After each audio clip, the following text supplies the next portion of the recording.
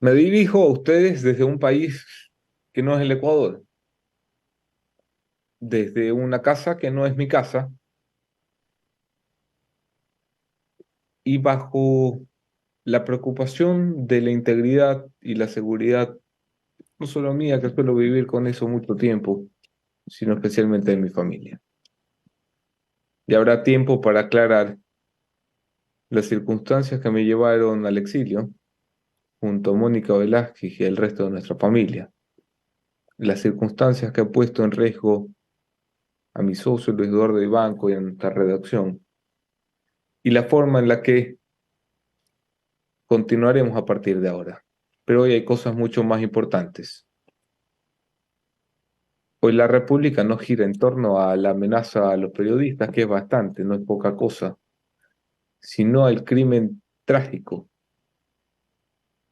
al asesinato de Fernando Villavicencio, de un candidato a la presidencia de la República, de un atentado que no solamente terminó con su vida, sino con los resquicios de paz, las migajas de paz con las que nos contentábamos los ecuatorianos.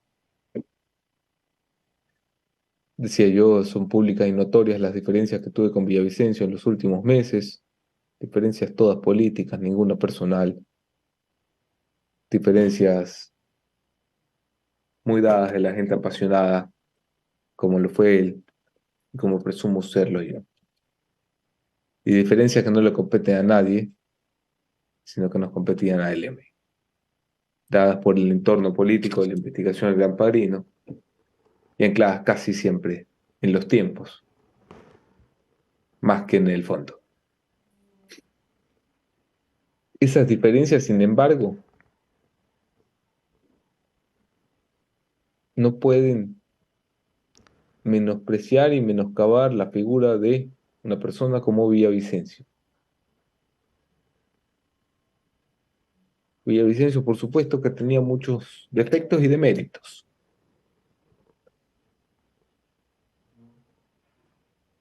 pero uno tiene que saber reconocer las virtudes de los contrincantes porque es muy fácil reconocer la de los amigos y las propias. Villavicencio era un perro rabioso que cuando mordía una investigación no la soltaba.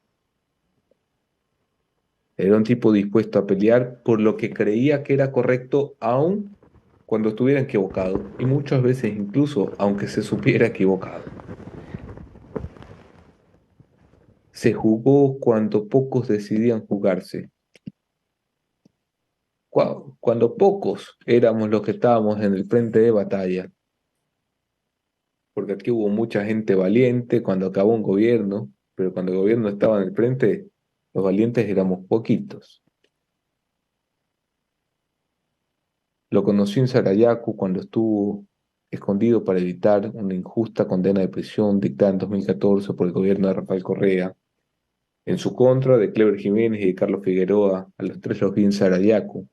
Estuve con ellos una semana en la selva, porque ellos estaban literalmente en la selva. Y desde entonces se perfilaba ya no solo como un asesor de asambleístas, sino como un potencial político. Aún en su rol de periodista, el más productivo tendrá que haber venido en esa época, entre el 2014 y el 2019, lideró importantes investigaciones, entre esas Odebrecht, en la que compartimos muchos méritos cuando, cuando coincidimos sin saberlo con la misma información del caso Odebrecht que terminaría siendo una investigación transnacional. Lideró junto a Cristian Zurita, su entrañable amigo, compañero de fórmula, colega de toda la vida, la investigación Arroz Verde, una investigación que terminaría por convertir en condenado a Rafael Correa y a la cúpula del correísmo en un juicio muchas veces criticado. Se convirtió en un gran dolor de cabeza para Lenín Moreno con el caso INA Papers, que también tiene hoy bajo acusación fiscal al expresidente de la República, Lenín Moreno, y nunca dejó de ser un tipo polémico. Algunas veces cercano a la izquierda, a los trabajadores, al movimiento indígena, algunas veces cercano a la derecha, especialmente a Guillermo Lasso. Escogía bien sus batallas, amenazaba con pelearse con todo el mundo, pero al final se peleaba solo con los que se quería pelear. No temía un careo. Con algunos de los candidatos presidenciales tuvo disputas abiertas, llámese Topic, llámese Otto Sonnenholzner, llámese por supuesto Luisa González. Recibió amenazas de muchos sectores, más de los que se hicieron públicos, como suele suceder en estos casos. Y hoy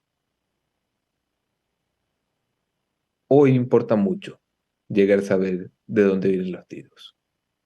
Pocas veces importa tanto como hoy, porque cuando el país sepa de dónde vinieron los tiros contra Villavicencio, sabrá quiénes son los enemigos del Estado. Los enemigos del Estado son los cabrones que le acaban de pegar 3 tiros en la cabeza a un candidato a la presidencia de la República, que es pegarle 3 tiros en la cabeza a la democracia de una nación. A la gente que está dispuesta a votar por Villavicencio. No era yo uno de ellos. Pero esa gente tenía derecho a quererlo como presidente. Villavicencio nunca tuvo miedo a enfrentar a sus adversarios en las urnas, sobredimensionaba a veces su capacidad, creía siempre que iba más arriba de lo que en realidad iba, pero su campaña había despegado y era innegable, incuestionable, que estaba en la disputa, que no iba a ser un candidato del 2%. Su asesinato convoca de forma urgente a exigirle, no pedirle, exigirle, casi que gritarle a la justicia, a la fiscalía, a la policía, que hagan su jodido trabajo. Que encuentren al miserable y los miserables que apretaron el gatillo, a los que coordinaron la moto, a los que hicieron las cámaras, a los que pagaron, a los que ordenaron, a los que pidieron, y que cada uno de ellos los lleven ante una prisión. El país le exige, no le pide, le exige al comandante general de la Policía Nacional, el señor Salinas, al ministro del Interior, el señor Zapata, que nos expliquen cómo carajos se mata un candidato a la presidencia de la República en un país. Que nos expliquen cómo carajos un tipo custodiado por la Policía Nacional es asesinado con 40 tiros. 3 le impactaron en la cabeza.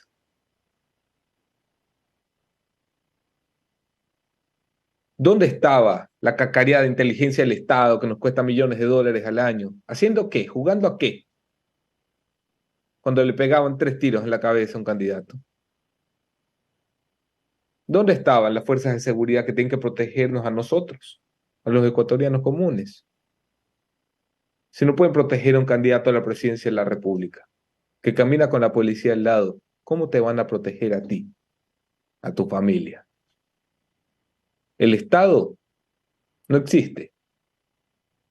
El gobierno es una farsa.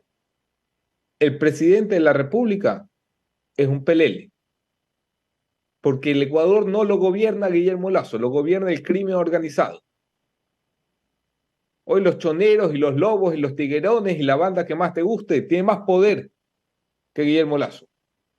Y lo tiene porque Guillermo Lasso ha entregado la soberanía nacional al narcotráfico, al crimen organizado. Ha dejado un legado de sangre. Su legado, presidente, son las tumbas de los ecuatorianos que están hoy llorando a su familia. Y sí, la más notable, la más reciente es Fernando Villavicencio. Pero son casi 4.000 por año. ¿Y qué vamos a esperar? ¿A elecciones? ¿A las de segunda vuelta? ¿A la posesión del presidente? Tenemos que esperar 3 meses para empezar a intentar pensar cómo hacemos para que no nos maten tanto. Está claro que la historia le quedó altísima a Guillermo Lasso. Está claro que no estaba preparado. Sí, sí, todo esto está claro desde hace mucho tiempo. Hay gente que se está dando cuenta esta mañana, es una pena. Hubo quienes nos dimos cuenta a tiempo. La pregunta es, ¿qué hacemos hasta entonces? ¿Nos aguantamos a esta gente? ¿A los que se hicieron presidentes para dar notitas de pesar? ¿O les exigimos que cumplan con sus funciones? Que devenguen el sueldo que cobran, que nos pongan en las calles la seguridad que necesitamos y nos pongan en ejecución el plan que este país ruega. Es urgente, urgente, que la política muestre un poquito de humanidad. El cuerpo de Villavicencio ni siquiera se ha enfriado, así de crudo soy. Y ya hay gente pensando en los votos, y hay gente pensando en el traslado, en cómo van a migrar los votantes de una campaña a otra. A ver si respetan un poquito.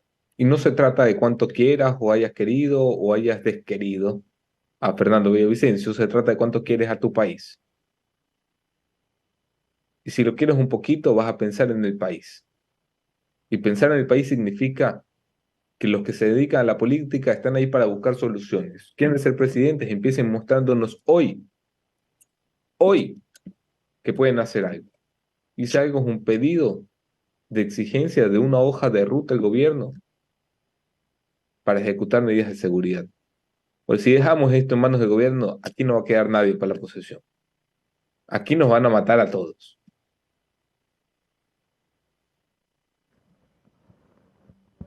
Yo sé que están indignados. Yo sé que están cabreados. Yo también. Pero convirtamos la indignación y el cabreo en algo que valga la pena. En un Ecuador un poquito mejor que esta porquería que nos ha legado el gobierno de Lazo.